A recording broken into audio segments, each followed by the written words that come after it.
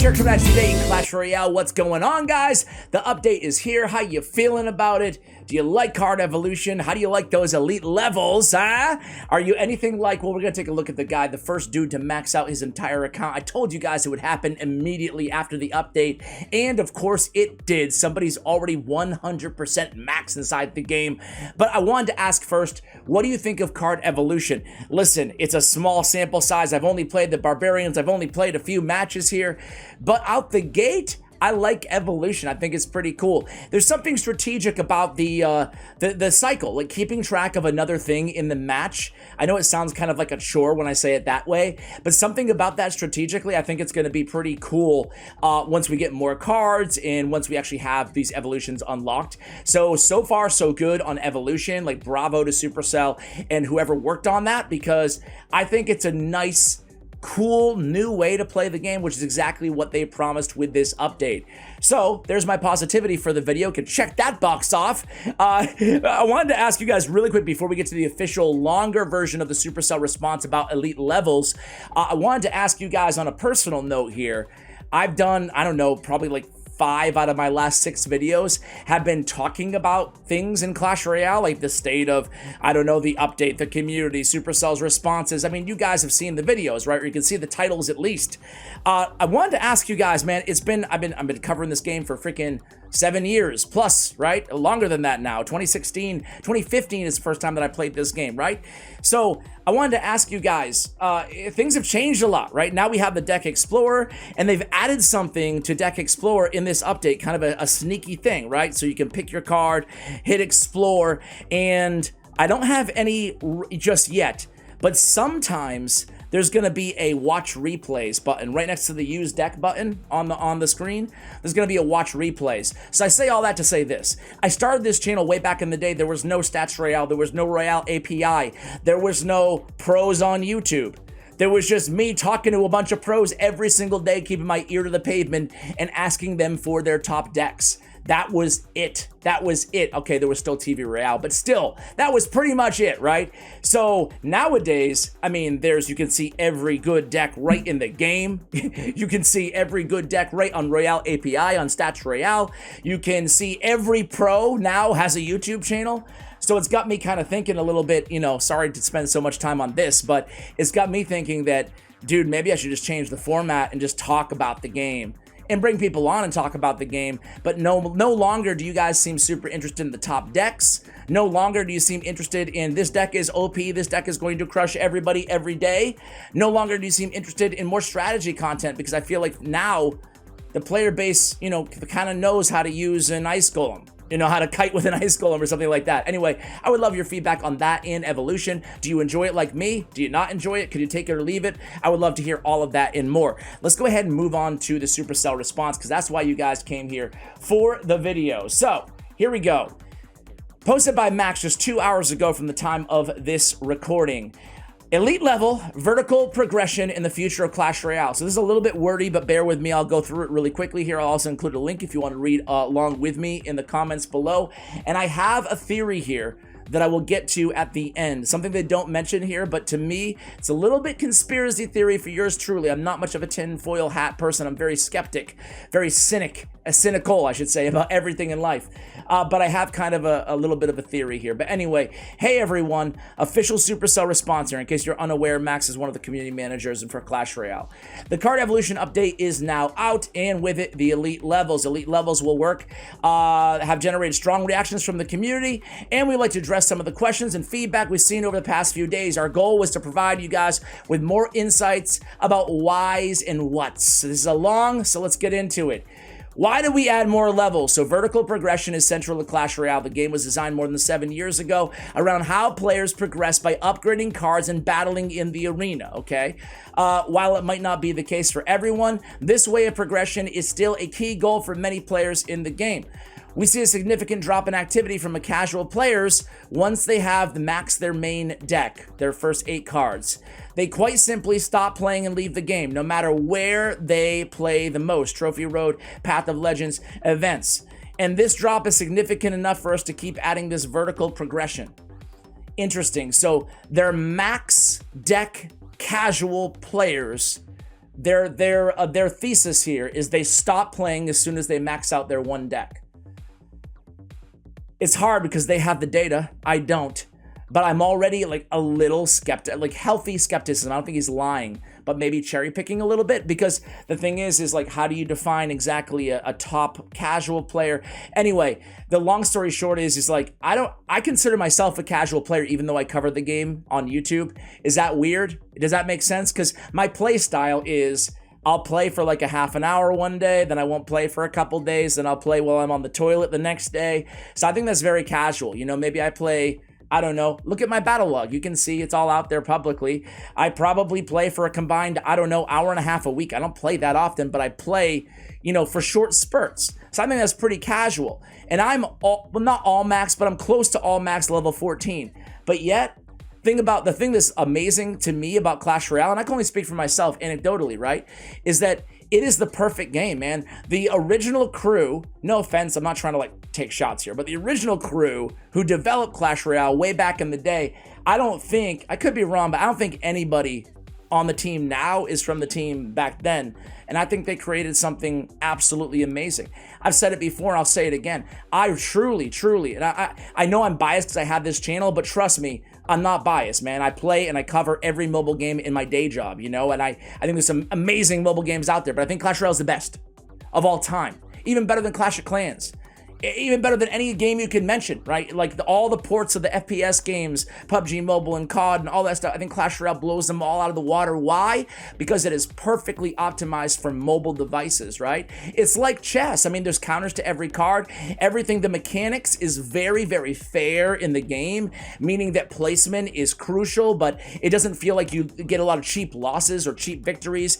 It's really rewarding because of how refined all the intricacies of the mechanics in the game are, and the competitiveness is, as long as the levels are the same, is truly really special in this game. And what I say is optimized for mobile. I mean that if you had the option of playing Clash Royale on a PC, like Clash of Clans, like it probably would be a better experience on PC or something like that, or you can make the case, or a console, but not Clash Royale, man. The tapping is perfect. Everything is perfect for mobile. It is the perfect mobile game. I say all that to say this.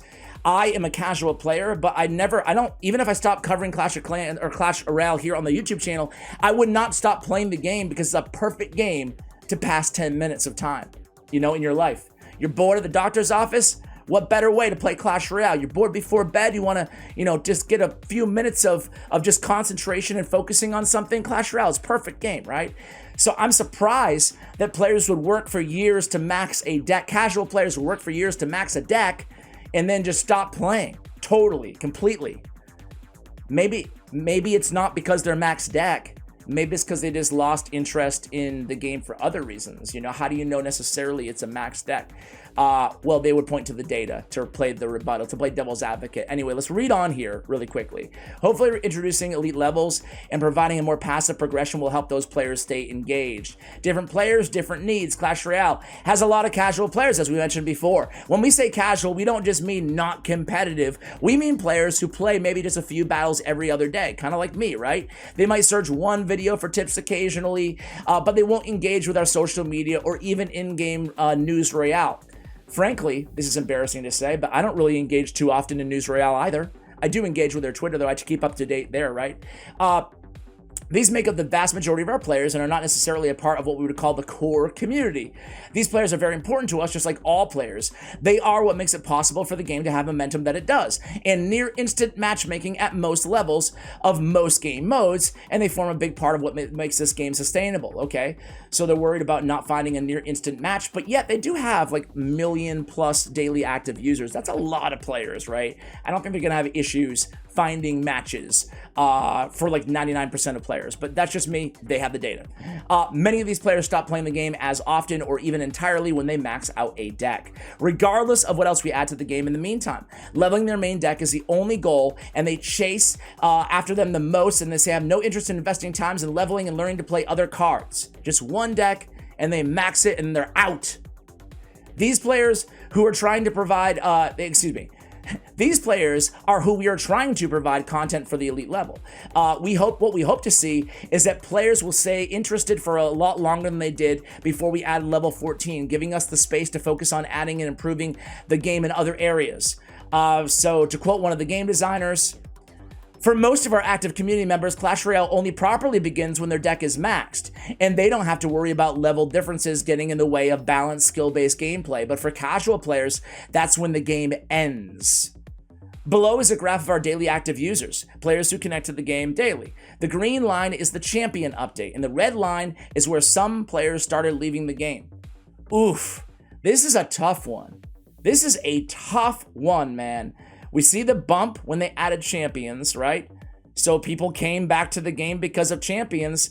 And couldn't you make, again, like I would love to maybe have like Max or Drew on the channel, because I'm not trying to disagree just to disagree, you know? And I'm not trying to be skeptical just to be skeptical. I'm just trying to like really zoom out, take away all my biases on both sides, and really look at this chart. And does this paint a picture of casual players maxing out one deck and then bailing after the red line? Or does this paint a picture of, after 6 to 8 months of time, after champions, people just saying, okay, champions are pretty cool, now I'm cool. Like, the people who came back for champions, are they just slowly trickling off again? You know, because they're over the champions, you know? Isn't that just as likely as a scenario perhaps here? The big jump in November 2021 was mostly re-engaged users. So to me, this almost further bolsters my point, right? If a bunch of re-engaged users, these are not new users checking out the game for the first time because of champions. They just say it themselves. They're re-engaged users coming back to the game to check out champions. Doesn't it make sense that if they quit once, because, you know, they weren't into the game, nothing new, blah, blah, blah, that they might start to trickle off again after 6 to 8 months of no more new stuff? Doesn't that make more sense than I maxed out a deck and now I'm out? Who cares about the champions now? I'm no longer interested.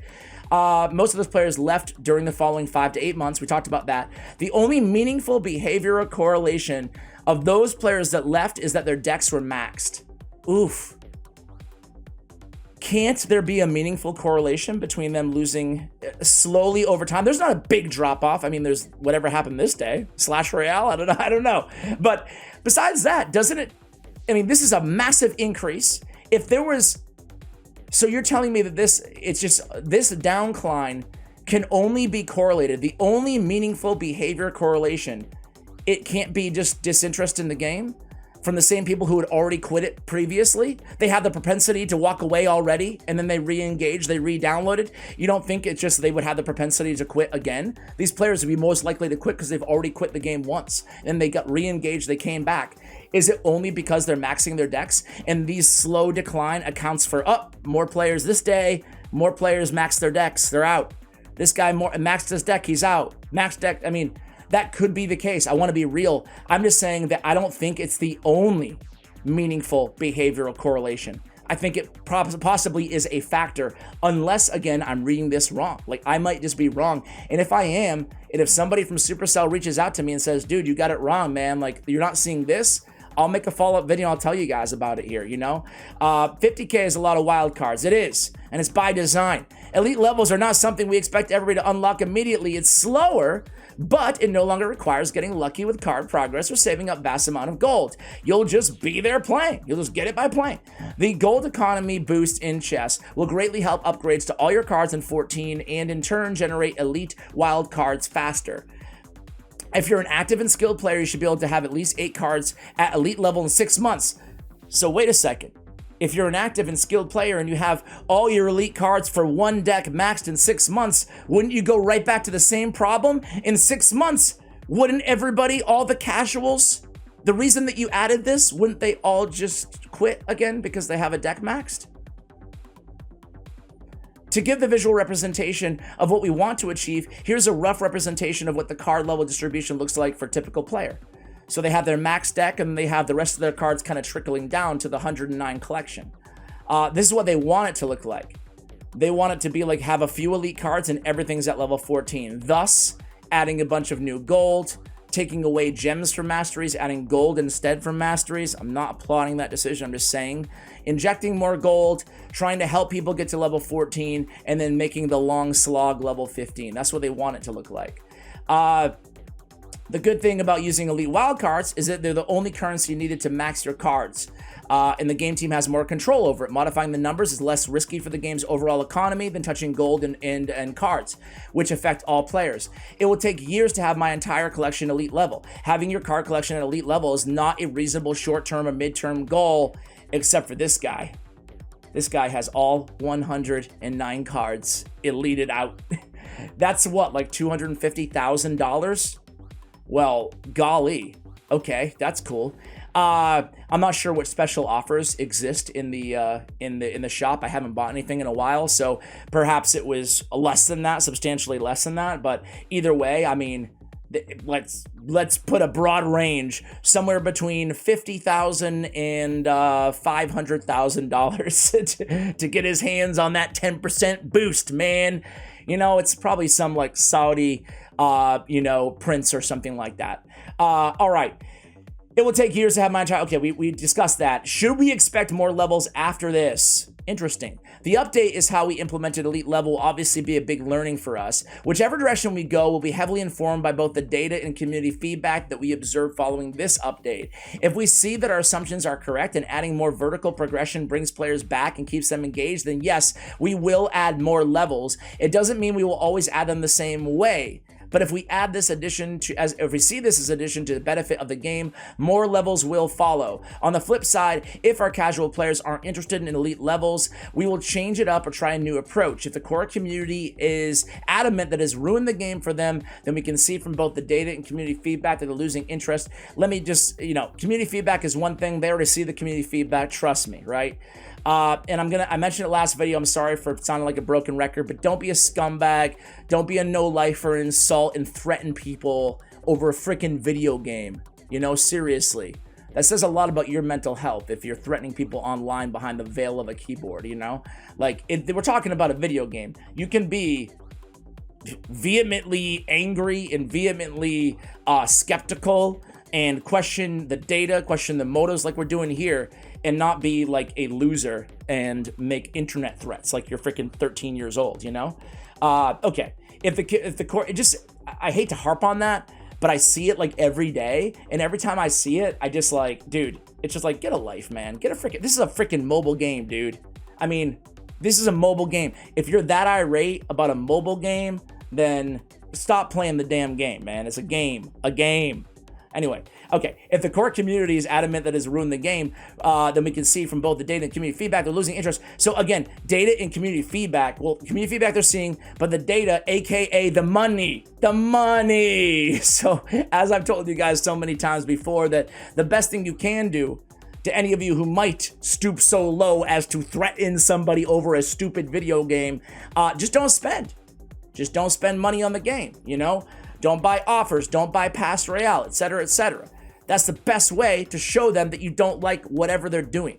Making a Reddit post is, don't get me wrong, you're well within your right, and hey, I'm sure they will likely see it, They do read a lot of Reddit and stuff like that. But if you just make an insulting post or something, it's not going to matter. If you make a super well-articulated post on Reddit that takes you 3 days to craft and you get into the, all the reasons you hate the update, it will still be more effective just not spending any money in the game, because that's the data they're going to be looking at, and of course playing the game in general, right? Like players quitting, right? Okay, thanks for reading. We hope these explanations will provide you with more clarity about our goals and why we're doing this. Listen, I appreciate, we can sit here and disagree with a lot of this. At least obviously I've really gone through this more granular than I intended to, but at the same time, I want to continue to applaud the communication. Even if we don't agree, I want them to go out and at least explain themselves, right? Because trust me, silence is going to be way more infuriating than they say something that we disagree with. I wanted to kind of wrap things up with, I had noticed that somebody shared the same sentiment. The first thing that I thought of, somebody said it here in the comments on Reddit as well. So I wanted to kind of speculate on this. Serious response: the reasons provided are somewhat reasonable. What is not reasonable is how much elite wildcards needed to their conversion rate.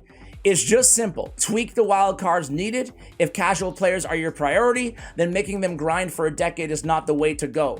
And even they said it, you know, you play for 6 months, you'll have a max deck, right? So it doesn't really solve the problem. But this is what I thought about, right? This guy, Philippe BSR. There's a hidden data that shows that max players do not pay for Pass Royale. That's the most important data they've hidden, and the only one they considered. Because community raged with level 14 too. And if they had just launched level 15, soon they would need to launch level 16. So they made sure that people would have to pay or take a lifetime to reach the max. Basically, just to elaborate on this, it's these max players stopped paying for Pass Royale. So they revamped Pass Royale and they gave a lot more, but they charged a lot more as well. Well, they're gonna need okay, so that's the carrot, where's the stick, you know? They're gonna need something for those players to re-engage with Pass Royale, the new, more expensive Clash Royale. They're gonna need something to re-engage them with. Where are they going after? Thus, I think, likely, to me, again, this is my conspiracy hat, but it doesn't seem that far-fetched to me, I think it's likely that they were seeing a decline in revenue, decline in spending that really correlates probably to this graph that we saw earlier, right? And it was a two-prong kind of effort to increase that again. And the two things were, let's revamp a few months before the update, before elite levels or level 15, let's revamp Pass Royale, make it more expensive, and then give them a carrot to re-engage spenders on Pass Royale. Pass Royale, I don't think I need to tell you guys, is their biggest source of revenue by far, you know, in terms of Clash Royale. So I feel like it all comes down to Pass Royale and getting something to re-engage players to buy Pass Royale. That's where I think from a revenue standpoint, this all comes down to. What do you guys think? I think, listen, at the end of the day, for me, nothing's really changed the way that I stand. I started this video by saying that I'm really excited about card evolution, and I am really excited about card evolution. I talked to you guys earlier about how I play the game almost every day, just for small little spurts, right? And I'm still going to play the game every day for small little spurts, right? I might live stream here and there or something like that, so that will tack on. Maybe that will graduate me from a casual to a, I don't know, a moderate player, or a core community member. But honestly, guys, that's my take on everything. That is a Supercell response. At this point, I'm not going to quit the game. I'm not going to stop covering the game. I'm going to change my spending habits, aka I still haven't bought Pass Royale, not upgrading my cards. I'm certainly not this dude, right? I would still love to see them. I feel like I should mention this every video. I would still love to see Supercell go in there and change the masteries back to gems. And then, like, even this stuff, right? Like, every day I feel like I see more complaints that are pretty valid. I mean, this dude doesn't have max, he only has max Golden Knight. And, you know, he was using the max Golden Knight as a way to almost farm extra gold. You know, you can see some of these guys over here that say, extra cards no longer give gold. No. It happened to me too. I assumed I'd get a monk since I still need another 26 of those to get to max, but instead my champion chest is just worth the same as 250 commons. There's absolutely zero reason for the conversion rate of legendaries and champions not to be 10x what they are now, considering the difference in gold value between them and other rarities when you buy them from the shop or have them exchange when the stack is full before the update. I think this is another important note here, guys. It's really the conversion value definitely needs to be tweaked, needs to be way higher depending on the rarities to reflect their actual value in game. Would love to see those masteries change as well, and I would love to see that cost, that 50,000 elite card cost, brought down a bit. If people are going to be maxed in 6 months anyway, and they're going to come out with level 16 inevitably anyway, then, you know, does it have to be this long of a slog, I guess? Does it have to, you know, I don't know. You guys let me know how you feel about that, how you feel about the conversion, how you feel about the masteries. We're going to end this video here. Thank you so much for watching, guys. Much love, and as always, take care.